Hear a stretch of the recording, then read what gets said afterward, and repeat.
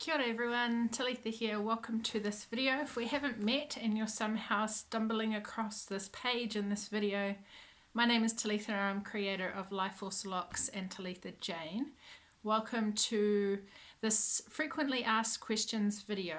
I'm also going to place this video on my Dreadlock inquiry page, so if you're seeing me here and you want to learn a little bit more or you've got some questions about dreadlocks, maintenance, etc., then watch this video first. Hopefully I can answer some of your questions, and then go ahead, scroll down to the form below, fill out your details, and I'll get back to you as soon as possible.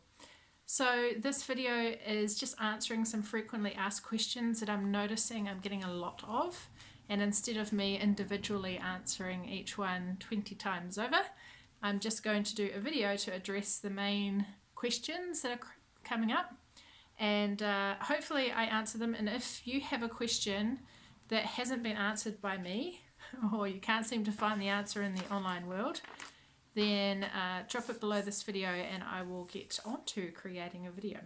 So in front of me I've got a list of questions that I'm just going to go through, and they're in no particular order, so they might be similar. I haven't even bunched them into certain types of questions, so I'll just read them out and I'll answer them as we go. So the first question I've got on my list here is, how long does my hair need to be? So I've received this question a few times. How long does my hair need to be in order to dread it? So some dreadlocticians globally will say about 8 centimeters or 10 centimeters, 8 inches, 10 centimeters.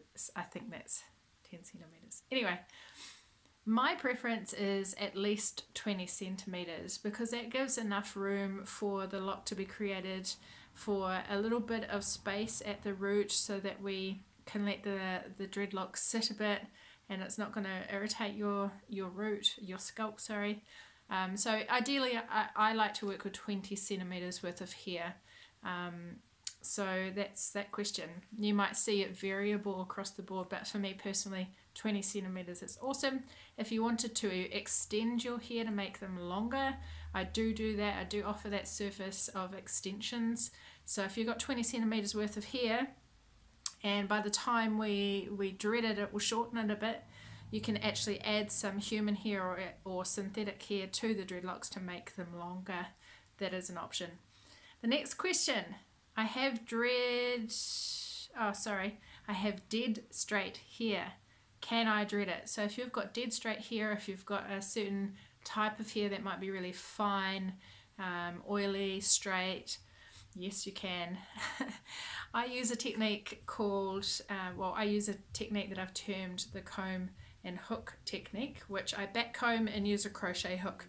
Now the bonus of using a crochet hook is that you can actually create knots within the hair so it dreads up. So yes, you can get your hair dreaded if you have dead straight hair. How much do top knots cost? So a top knot is, if let's just say the sides and the back are shaved and you've got this section across the top here that you want dreaded. Depending on how much hair you have here, depends on how many dreads you can have. My prices vary. Often I run different offers at different times of the year over different months, but all of my services are on my Facebook page if you're unsure. Top knots, they range between, if I'm offering it on a special, it might be $180, and this is in July 2020, this video I'm creating, to $220 or more. It really depends on the time of the year.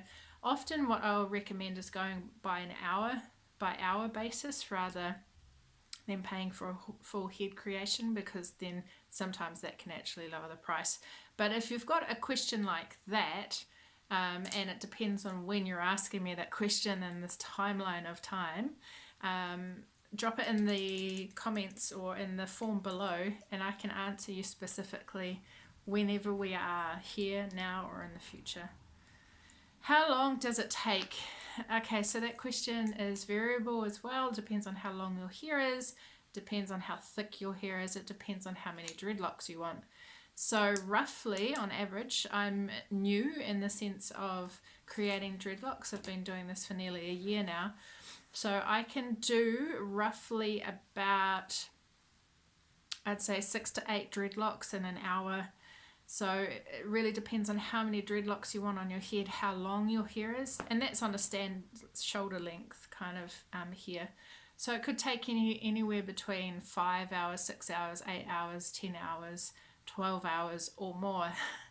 So again, it depends on the length of your hair, the thickness, how many dreadlocks you want. Can you do thin dreads? Yes, I can. I can do pencil thin dreads. In fact, that's probably the thinnest I would ever do, because the root you have to have some hair within the scalp and the root, and over time, if you have it too thin, it will become really thin at the roots, and eventually the dread will either dread out or you'd have to join them together. But I can do pencil thin, I can do Sharpie thickness, and then we go wider and bigger.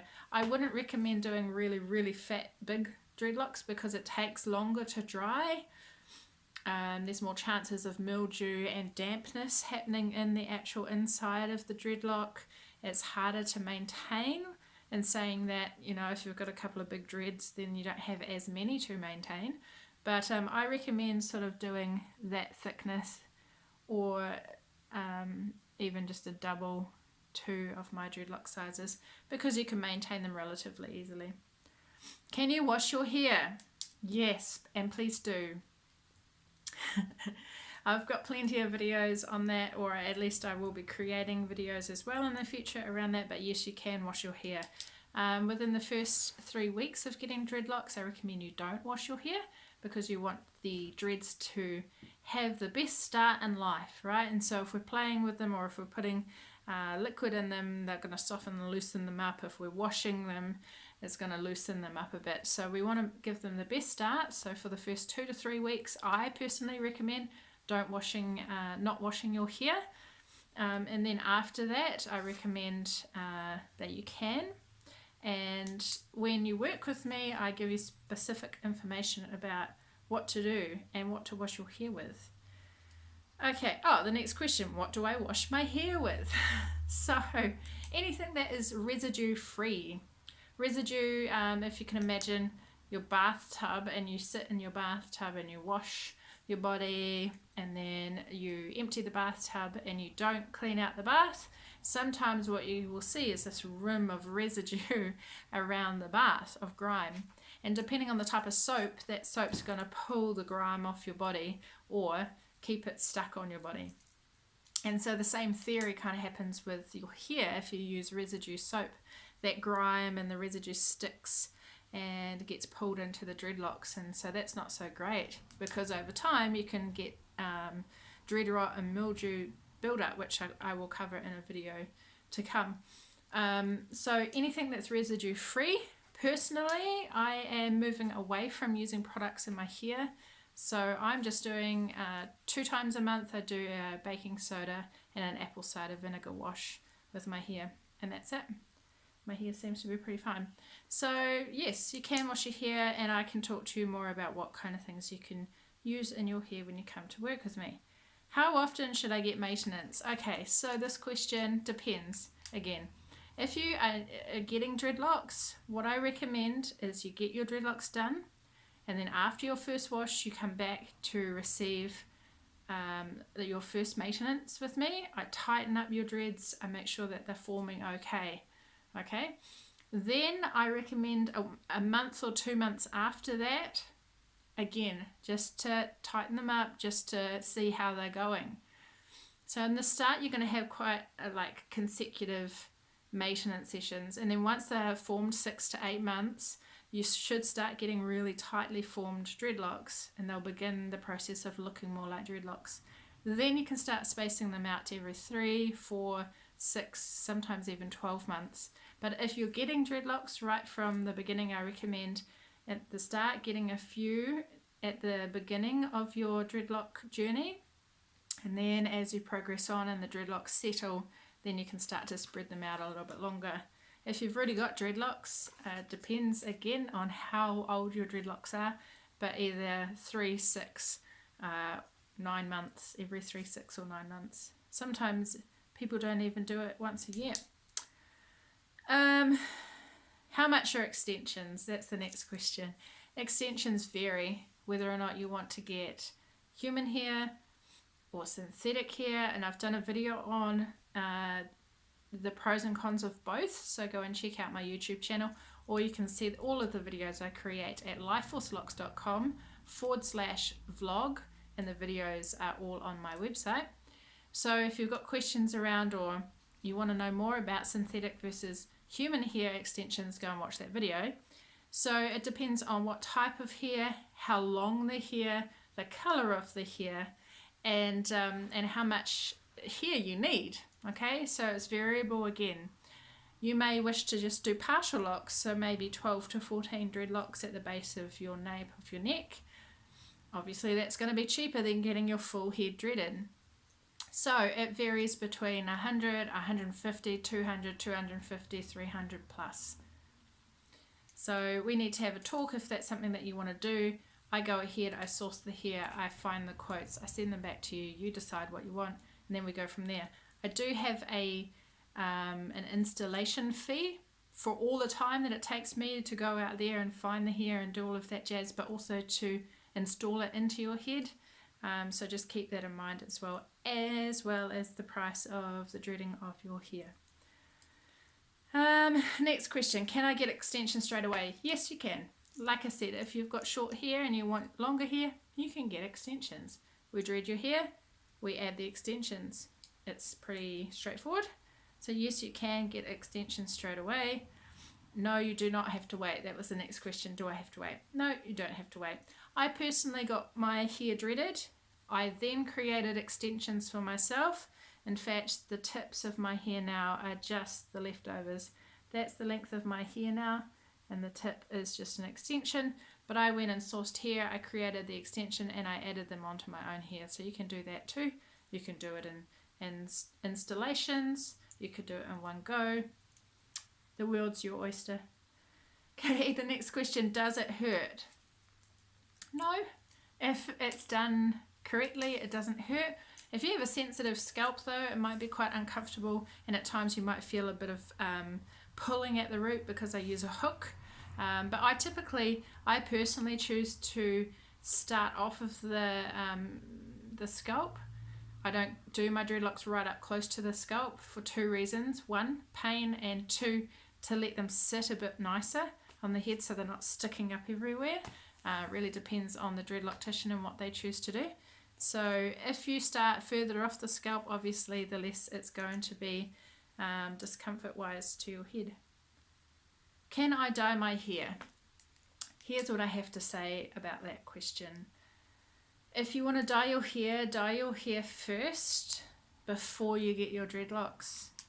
When you get your dreadlocks, I highly recommend, and you'll read around the show that yes, you can dye your dreads, but I personally highly recommend not dyeing your dreads until they're at least a year old, because, or especially bleaching them.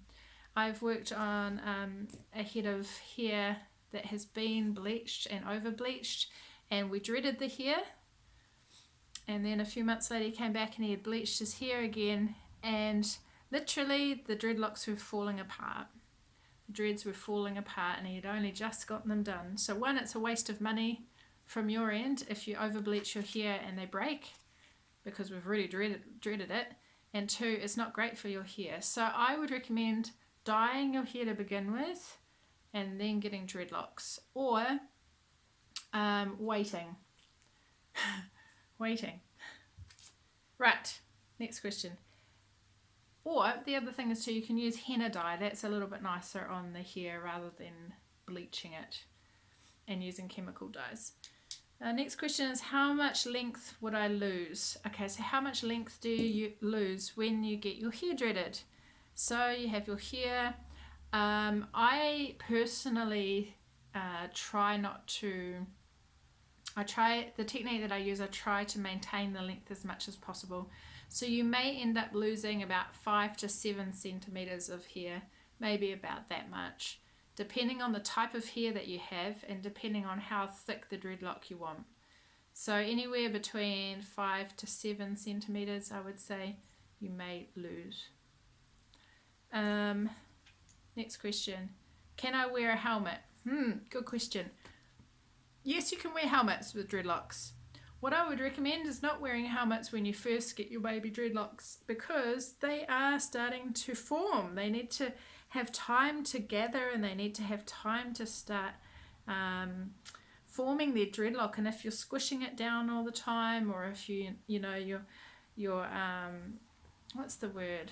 Can't think of the word, but basically give them time before you squish them into helmets. You might also need to get a XXL sized helmet, because your hair is obviously going to be thicker having dreadlocks. Next question. Do we have another one? I think that's it really. Sports, swimming, that's the other one. So I've had a question recently that can I have dreadlocks if I spend a lot of time in the water? Yes, you can, but again, within the first month, you need to keep your head out of the water. So if you're a swim coach or a teacher, or if you play canoe polo, if you're in the water a lot, I recommend not getting your hair wet for the first month. The other thing is too, if you've dyed your hair and you have dreadlocks and you go into a chlorinated water, you say I've got blonde hair, they might turn green. So that's something to consider.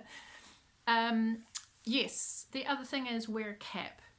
Put your head up, put your dreads up underneath the cap, just to keep them out of the way. Again, you want to really thoroughly dry your dreadlocks when you have dreadlocks. And so if you're in and out of water all the time and you can't fully dry your hair every time, then you will run the risk of having really damp dreadlocks and mildew build up on the inside of the dreadlock. And again, I'll cover a video on that. I think that's about all from me. Hopefully those are the main questions. If you have any more questions, go to the bottom of this page. If you are booking in with me, or if you're inquiring about dreadlocks, ask them below in the form below. If you're seeing this on YouTube or somewhere else, go to the comment section, drop me a question, and I will do my best to answer it. I hope that's all you need from me today. Thanks for coming and watching this video and spending the time watching this video. I know it's been a bit long-winded, and I look forward to connecting with you and working with you soon. Thanks for joining me here, and I'll see you on the internet somewhere soon. Ciao.